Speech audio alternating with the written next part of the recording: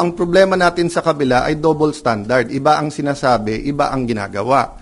So doon naman sa nananawagan na mag-resign, as I said, pag-usapan na lang natin in a few days after yung focus tayo sa Mindanao, but especially yung mga former presidents, yung mga nagkampi-kampi na mga Marcos na rin, papasalamat ako sa inyo sa call nyo na mag-resign ako bilang Senate President kasi ibig sabihin, nire-recognize nyo pa rin ako as Senate President. Kasi kung hindi nyo na ako nire-recognize as Senate President, ba't kayo nananawagan na mag-resign ako as Senate President? Di ba? Sir, kung gamitin ng Malacanang itong nangyari sa Mindanao, No, patawag niya any special session that will redound to the good of the Filipino people is welcome. The special session is in the Constitution.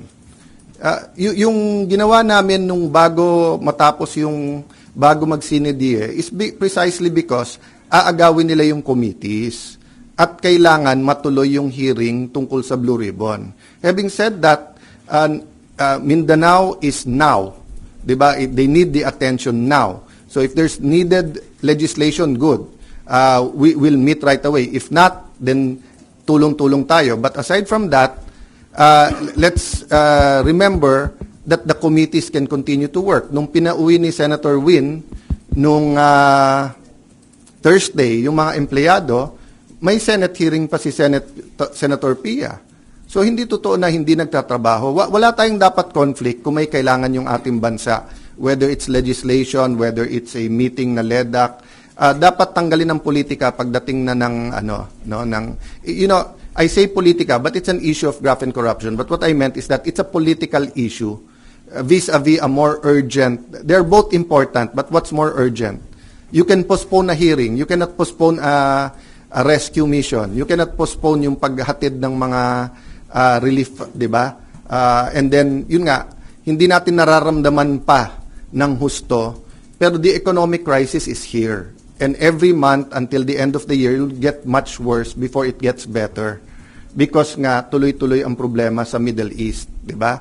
So, maraming tinatamaan dyan. Supply chain, presyo ng dollar sa peso, presyo ng diesel at ng gasolina, kakulangan ng fertilizer, taas ng presyo ng fertilizer, desisyon ng Vietnam at saka ng desisyon muna ng India kung bibigyan tayo ng magbebenta ng fertilizer, desisyon ng India at saka ng Vietnam kung magbebenta ng bigas o hindi, desisyon ng Indonesia whether mag-export sila ng coal o hindi. All of these are kumbaga sa relo are moving parts na walang makakahula o makakapredict. So in that sense, kailangang magtulong-tulong talaga yung ating bansa. Kaya naman nandun pa rin on the plate yung graft and corruption kasi kahit anong plano natin sa economic crisis, kung ninanakaw pa rin yung pera, then mahirapan pa rin tayo lahat. No? Sir? Yes. Sino po ang tatayong presiding officer sa impeachment trial? At may update po ba kayo sa... As soon as they have 13, walang problema sila na. Okay, so I have to assert, because may pinaglalaban tayo. Pinaglalaban ko hindi yung si Alan Cayetano ang Senate President. Ang pinaglalaban natin, ang Senado hindi pwedeng rubber stamp ng Malacanang. Hindi pwede na hindi independent yung Senate. Hindi pwedeng may hearing ka katulad kanina, yung bibig na bumubukas ay senador, pero yung lumalabas na salita galing sa Malacanang. Ano pong rules sa pagpili ng presiding officer sa impeachment trials? They illegally amended the rules. They illegally had a session. Diba? So, in due time, there'll have to be something that will decide. Diba? But in the same manner na ina-assert ni Senator Win na he's the acting Senate President kahit na walang legal basis whatsoever, I have to assert, not for myself, but for the truth and for the Constitution. But it's still 1 month Diba? At hindi kami nakikipag-agawan sa silya doon. So for example, yung Senate Secretary, dapat siya yung ngayon nag-aayos para dyan sa pre-trial.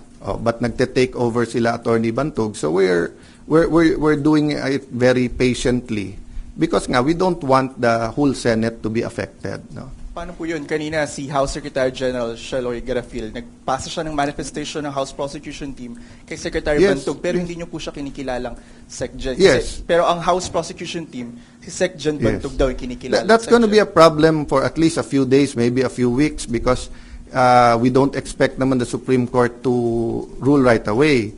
But what's the best proof that Malacanang's hand is in this? First, yung pananakot nila sa mga miyembro namin na lumipat, yung offer na wala ng kaso pag lumipat. Second, as soon as nila ginawa, naglabas sila na ang House at ang Malacanang ay dun pumapabor. Di ba? Pwede naman mag-neutral ang Malacanang eh. Pwede naman sabihin ng Malacanang, settle it among yourself. Ganon din sa House prosecution. Hindi naman nila gusto ng fair na impeachment. Gusto nila yung may pinipili na silang grupo. That's why sabi ko sa inyo, if I'm wrong, they blame me. Kung tama ako, na from 24 gagawin 22, eventually 18 ang senador, tapos sasabihin nila 12 convicted na. Will that be a fair impeachment process? What will happen to the country if that happens? Then ang kasunod naman is CONAS. No? So, give me a few days, pag-usapan natin yan, but let's focus lang dun sa nangyayari. No? But just to answer your question, it will be up in the air. That will be a legal question, and we are in the right side. Okay. Sir, may we be clarified? Yung arrangement na inaalok niyo po kay Senator Win, na dalawa kayong pipirma, ano po ang response ni Senator Win? Sulat around 12 o'clock na sinasabi kay attorney sa ating Senate Secretary Jose Luis Montales that you are no longer secretary, and that attorney Bantug, and then that basically sinasabi na sila na. Yun din ang sinabi sa USAA, but hindi first-hand knowledge, sabi chain of command. But wala nga sila sa chain of command eh. Kahit anong tingin mo sa rules, hindi nangyari yon. So yung pagwawala nila at pag-walk out nila kasi hindi pwedeng amendahan daw yung rule na ganon-ganon, binaboy nila yung rules on June 3. Diba? So that it's going to be a lingering question. Sorry, how do you treat that? Hindi pumayag si Sen Win sa arrangement na dalawa kayong pipirma sa documents? And paano po yung sweldo nung it's Senate just like employees? the civil rights movement sa US, di ba? From the Civil War until pinasa yung mga civil rights laws, etc., yung may batas ka, alam mo yung tama. Pero yung inaapi pa rin, yung mga minority, yun yung de facto. Di ba? So alam naman natin lahat kung ano tama at sinong tama. Pero ang kapangyarihan kasi nasa kanila eh. Sa kanila ang pulis, nasa kanila ang NBI, nasa kanila ang Malacanang. Kaya sabi ko, lahat ng kapangyarihan nasa kanila. Pero katotohanan nasa amin. So hindi ko pwedeng bitawan yon. Kailangan lumaban tayo doon. Kasi kung hindi, after this, all you have to do is to get one senator plus Malacanang. Hindi na 13 ang kailangan boto, 1 plus 1 lang. 1 plus Malacanang.